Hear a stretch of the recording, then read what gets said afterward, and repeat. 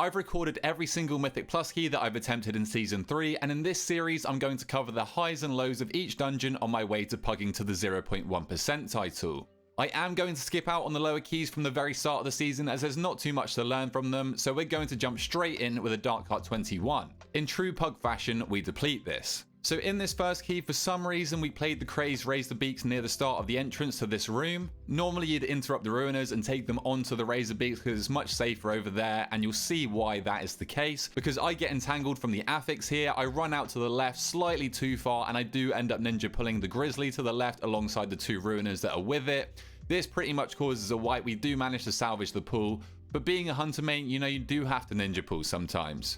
Moving further into the dungeon then, we have these keepers that are going to summon the Vile Mushrooms that are going to do the Vile Burst, and I think the Demon Hunter actually triggered one near me here and then it exploded and killed me.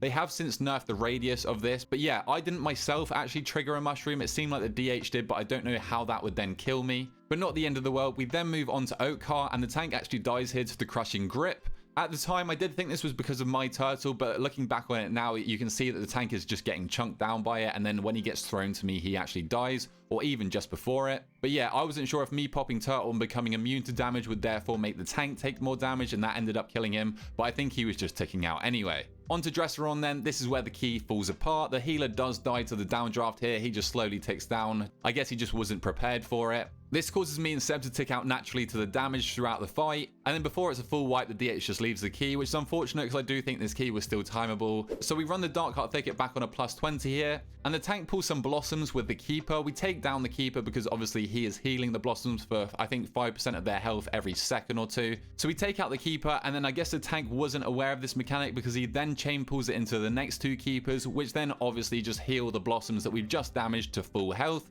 So that was pointless there, but I guess he just didn't know, and I'm guessing he learned from his mistake here. It definitely caused a few deaths because of the outgoing damage, especially from the Dryads. The Dryads do actually slap here. It is tyrannical, but it was early on in the season, so we don't have the biggest health pools to compensate. The rest of the key was pretty smooth, honestly. The mage did die on the last boss, but we still timed the key with 4 minutes left. This was before the Beast Mastery Hunter nerfs, so I am going to be pumping in these keys. As you can see, I'm over 100k above the Frost Mage at the end of this key. BM definitely needed a little nerf, but I think where it is completely fine now. So we're starting this series off at 2,528 score, and out of this Dark Heart Thicket +20 we get 15 score, taking us up to 2,543. After this we jump into an Etal Desar 23. This run is on YouTube, and with this series I'm not going to go too in depth with the keys that are on my channel, but this was a really nice run with some viewers. I didn't actually realize they were viewers at the time, but they let me know after. This was my first 23, so I was definitely a little bit nervous going into it. I died to the Merciless Assault here. For some reason, at this point in the season, I did not know how to deal with this mechanic at all, so I was stacking in melee. I'm pretty sure at this point I thought that the Merciless Assault was still going on the furthest target, but that was definitely not the case. But since then, I have learned how to deal with these mobs. On the last boss, Yasma, the famous Yasma, especially on Tyrannical, I got literally every single Racking Pain on me. At this point in the season, I was using defensives on the Racking Pain. Here also, I wasn't aware that clearing with turtle or immunities for the spiders is not the play. There is a max number of spiders that can actually spawn, so if you're doing this, you're just taking up even more unnecessary room. So you don't want to clear with immunities on this fight unless it's absolutely necessary. But yeah, this was probably the first fight on Yasma, especially in a high key, that I actually lived to see the end of it. So I was pretty chuffed with myself at the end of this. Really scary boss, as I'm sure you guys are all aware. For this key, we got some pretty big score. We got 34 score out of this, taking us up to 2,577. After this, we moved on to a Murazon's Rise 21. Our tank here would leap into every Shrouding Sandstorm to kick, which is a massive W. It helps out the group so much as having that guaranteed kick for every single Binding Grasp. We then first time the Gauntlet because I'm an absolute gamer. Do not be fooled, this is not a common occurrence. Then after this, I was debating this on stream at the time, but you actually want to focus the Diversionist here, especially on Fortified. The other mob is only going to do a Timeless Curse, which is just some swirlies on the ground that you need to dodge, and also a frontal on the tank. So they are some easy mechanics. The Diversionist is the scarier of the pair here. Then, like I always do, I died to the Volatile Mortar in the Time Lost battlefield. I haven't quite, still to this day, worked out how to deal with this mechanic. I've heard that if you just backpedal and keep your camera straight, then you can literally just walk in a straight line backwards and you'll be safe. But we also had ads up here at the same time, so that was definitely making it scarier. I know since then I've definitely been focusing and killing these ads quickly, but yeah, I definitely need to get some practice in on this mechanic. Then we move on to the last boss. I mean, honestly, this was a pretty clean key. We move on to Chrono Lord Dios. As a BM hunter, I'm always going to be doing the orbs on this last boss. It's so easy for me. I do probably want to get a weak aura that highlights the debuff timer on my screen a bit better, because I have to look up to the top right to see it. But it's not that hard of a mechanic. If you just have one person that stays in the orbs and the other one always runs out immediately, then it's pretty easy to deal with. Out of this key, we get another 24 score, taking us up to 2,678 Mythic Plus rating. Unfortunately, I did miss a few keys in between here because I was in the midst of getting a new PC. So some of the files from my old PC, I couldn't get over to the new one. So we did lose out on some keys here, but nothing too much to note about. Moving on then, we've now had a reset. We are now on a fortified week and we jump straight into a 24 Atau Desar. Again, much like the previous Atau, I still haven't learned how to deal with the merciless assaults yet. I'm still stood in melee here. I didn't die to them, but I definitely could have, especially on a fortified week. If you get even one charging at you with a bad overlap, then it could be lights out for you. So just stand at max range, keep moving, especially as a BM hunter, you can just keep moving and the momentum will carry you out of the assault before it leaps to you. Down the stairs here before Volcal, the healer actually got double venom blasted. We probably all had our kicks off of cooldown here and likely we were saving them for the unstable hex casts.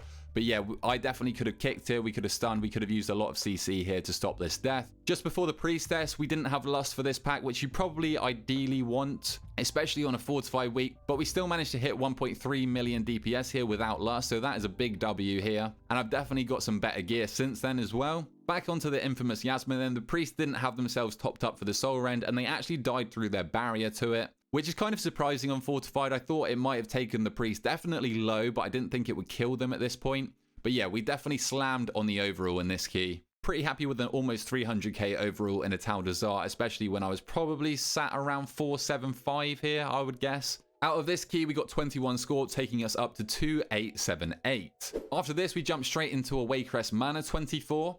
At the start here, we lusted the smallies. These smallies definitely are scary with their cast, but I'm not sure it's worth to spend a lust here. It does get it on cooldown, but we should definitely take some of these smallies onto the next room for the witch. Before we moved on to the Soulbound Goliath, I got absolutely obliterated by the spits here. I'm definitely looking into getting a plater profile so that I can see what mobs are casting on who, because then I might have been able to live here. But yeah, just got unlucky with them all targeting me. Onto the Goliath. This fight is definitely scary, even on fortified, especially when you have an augmentation evoker.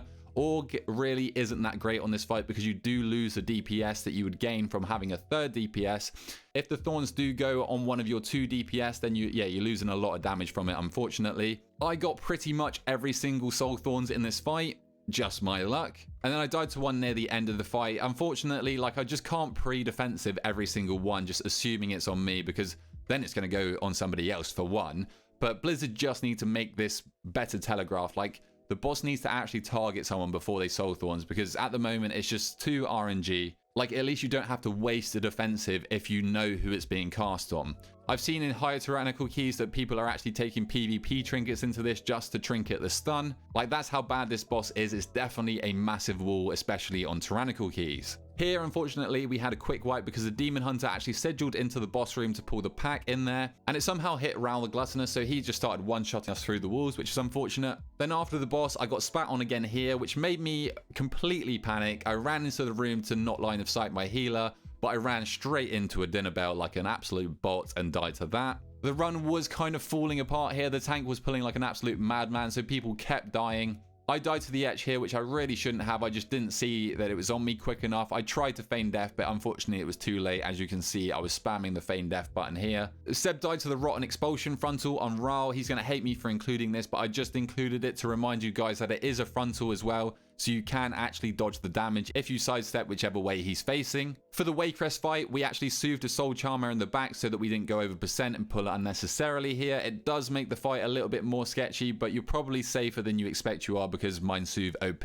And then moving on to the last boss, we didn't kill the ad in time, so it healed up to full and a new one spawned. For some of these overlaps, you can actually wait with the fire before the next Dread Essence to get rid of 2 corpses instead of 1, so that's what I did here. And then we end up timing the key and get a massive 32 score out of this, taking us up to 2,910 Mythic Plus rating. At this point, I was definitely feeling a lot more confident with the keys. It does seem to me, at least, I don't know if this is the general consensus, but keys do seem easier this season, like the fact that I've already timed 24s and we're going into a 25 here tells me a lot about the season. On this pull at the start, we do a massive pull and lust it here. I mean, I've even seen people taking all of this trash onto the first boss and lusting it on tyrannical weeks.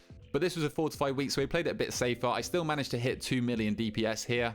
Smoking Galea on the meters. I hope you hear this, buddy. But yeah, BM is just a monster in these uncapped scenarios, especially with lust. And on these higher fortified keys, I mean, to be fair, even on tyrannical keys in this area before the manifested time waste boss, this trash is absolutely lethal. Like, we were getting shafted here. It was not a fun time. The tank probably did go overboard here, pulling the coalesce time with the anomaly. The anomaly's bloom literally one-shots DPS almost, and there's also the tainted sands debuff in this area that is terrifying. So my defenses are constantly on cooldown in this area. We were not having a good time. There's so many kicks in this area as well. You've got to make sure that every innovate is kicked. If it's on you as a hunter, you can feign death it. You then got to kick the infinite bolt volleys. You got to kick infinite bolts if you have spare kicks. Like, this trash is just terrifying. You've got the massive debuffs that the moments put out, and then they spawn in intervals as well. The intervals aren't too much of a problem themselves, but the big circles do a lot of damage when they detonate. So yeah, this was just a terrifying key in my first 25 of the season, so you could definitely say that I was bricking it here. As you can see, we're up to 17 deaths by the time we pull the manifested time waste. The thing with Galakron's Fall though is it's a very free timer, especially on those fortified weeks. As long as you make it past this area, the key is pretty much done. Even with a massive amount of deaths that you see by the end of this key, we still manage to time this. So you just have to not wipe on the bosses and it's GG. On the manifested time waste, this was at the point in the season when you could pixel stack for the chrono fade and it wouldn't deal as much damage to you. So that was our strat here. We didn't have the monk dispel the chrono fades at all. Took out the manifested time waste with little to no problems. I have my own strat here as a BM hunter where I kind of just run around clockwise the whole time. We then skip the dragon on this platform, which is a pretty common strat in these higher keys. As you go through the portal, none of your group should move, and then you all stack up. You set a little pull timer if you're in a pug, and then you all run at the same time round to the right, and you'll get past it before the dragon actually lands from its little fly-in RP thingamabob that it does. Speaking of dragons, we then move on to some even scarier trash right here with the risen dragons. As a BM hunter, my main cooldown is just going to passively cleave and obliterate the blight chunks, which isn't great for specific healers.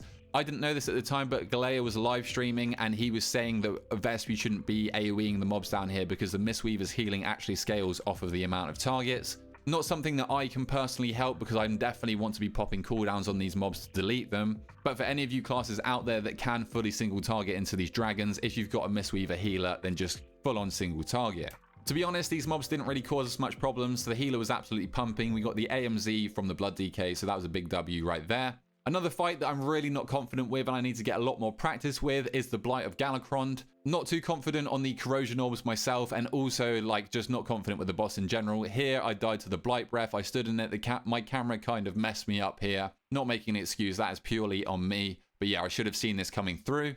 But luckily the boss was low enough and we had 3 CRs at this point, so we got myself back up and then we finished off the boss. This is where it got very, very panicky. As you can see, we're on 18 deaths here, but the DK did a little bit of trolling towards the end. I think he was really scared of the timer for some reason, even though we've got like roughly 9 minutes left here. That's plenty of time to kill a fortified boss. Iridicron is a longer fight, but still it is very much the case. So for some reason, we pull this second to last pack, and then the DK runs off and grips the second pack. There is just too many kicks here to deal with, too much outgoing damage. And at this point, I think I literally gasped in real life because I was just like, right, that is this key probably over, unfortunately. And then we just keep panicking, like we keep respawning, running back, then somebody dies, then the tank dies. Like it was just an absolute shit show here. So we end up with 28 deaths by the end of this. We finally move on to Iridicron. Boss absolutely slaps even on fortified. Stonecracker Barrage took out Galea, and the thing is he can't even astral shift or defensive every single one because he is a shaman. With this fight, I am still very hesitant about when to pop my cooldowns, especially on Tyrannical. Like, I don't know.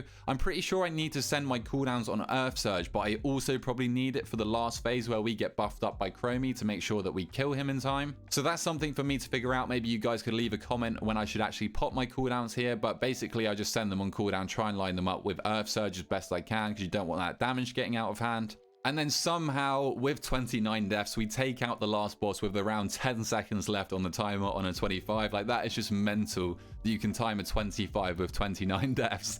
Like, that is just absolutely absurd. I can't get over that. Regardless though, we secured the W, got some humongous score out of that. We got 58 Mythic Plus rating, taking us up to 2,968. Closing in on that 3k mark. After that key, for some reason, we were feeling confident, so we then ran it back on a 26 Ital Desar. This is my first ever 26, so again, absolutely bricking it in this one. Still really needed to figure out the Juggernaut strat here, like definitely should not be running into a 26 without learning how to deal with these, but it was a good learning curve. Ran back up and got absolutely one-shot by a wildfire. I just wasn't on it with the kicks here. Like, I was just panicking at this point, trying to get back in the fight. I didn't see that the wildfire was on me. I mean, I didn't see that it was casting regardless. I could save somebody else. So yeah, this was just me learning how hard 26s hurt, basically. Moving up onto the other side, we take out the totem and then we start DPSing down the honor guard. At this point, I'm not sure if the healer was maybe struggling. It definitely felt like we were playing from behind here. The healer died, and then at that point, it was probably just over. Obviously, I'm not taking anything away from the healer. Honor guards are going to absolutely slap in a 26 fortified, but it did feel like we were really, really struggling here. Like, by the time we finished this pack, we were already at 18 deaths. So at this point, we know the key is pretty much done. I mean, Ital is pretty free on the timer, so if we played the rest perfectly, we would have been fine. Unfortunately, that is very much not the case, and on Volcal, we just completely butchered the totems. I don't even know how. I think at this point, it was late. We were done with this key mentally, like we were already checked out. And this totem went from about 20% health to 0% health in literally 1 second, it felt like. I don't know if Galea absolutely critted the hell out of this with an elemental blast while I kill commanded it. Not really sure what happened there, but it got absolutely smoked. So this is the one that ended up being healed to full. And then at this point, the healer did manage to stabilize, but then we did the exact same thing again, and that was the key. GG. That is probably the most embarrassing thing that can happen, and I can't believe I'm showing you guys this, but got to keep it real. So there it is. That's what happened on that key. I mean, I learned a lot about the trash in this key, and I was not expecting to time it going into it. I was not feeling confident about being in 26s at this point. Still lacking on the item level here as well. In this key, I was 474, so definitely missing some HP points that I definitely needed to survive in this key, though that was definitely not the issue. On the same week then, I ran it back on a 25 Ital, this time by myself. This was a super friendly and super good group as well. That is literally like the best combination you can get in Pugs, and the Evoker said that he had a 26 Ital Desar in this key, and if this one went smoothly, then we could run it back on the 26. So as you can see, I'm positioned out from the group here, so I'm somewhat trying to learn how to play these merciless assaults. I was not ready for that one though, and also a wildfire went off at exactly the same time. I could have stunned it, but I definitely should have been dodging that merciless assault. Don't worry guys, bear with me. I do end up learning how to dodge these assaults. Like, they're actually easy to dodge once you understand how to do it, but yeah.